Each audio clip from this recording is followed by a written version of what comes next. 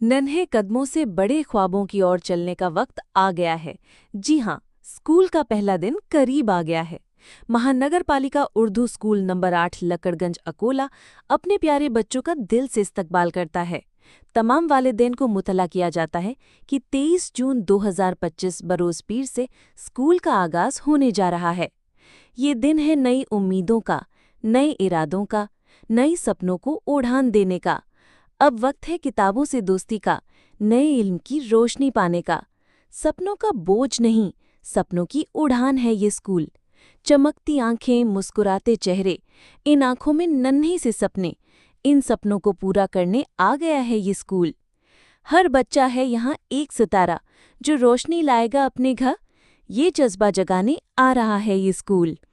तो चलो बच्चों, उठो, जागो और एक नई शुरुआत करो। न डर है न रुकावट, बस एक वादा, हर दिन सीखेंगे और हर दिन आगे बढ़ेंगे।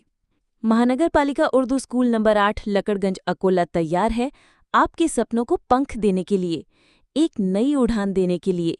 तो आओ, स्कूल को बनाए एक दूसरी प्यारी दुनिया, जहां हर दिन हर बच्चा कहे, हाँ मैं कर सकता हूँ। नया साल, नई शुरुआत, नई उमंग, नया जज्बा।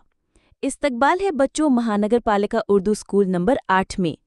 अपने बच्चों के रोशन मुस्तकबिल के लिए अपने बच्चों का दाखिला महानगर पालिका उर्दू स्कूल नंबर 8 में करवाएं।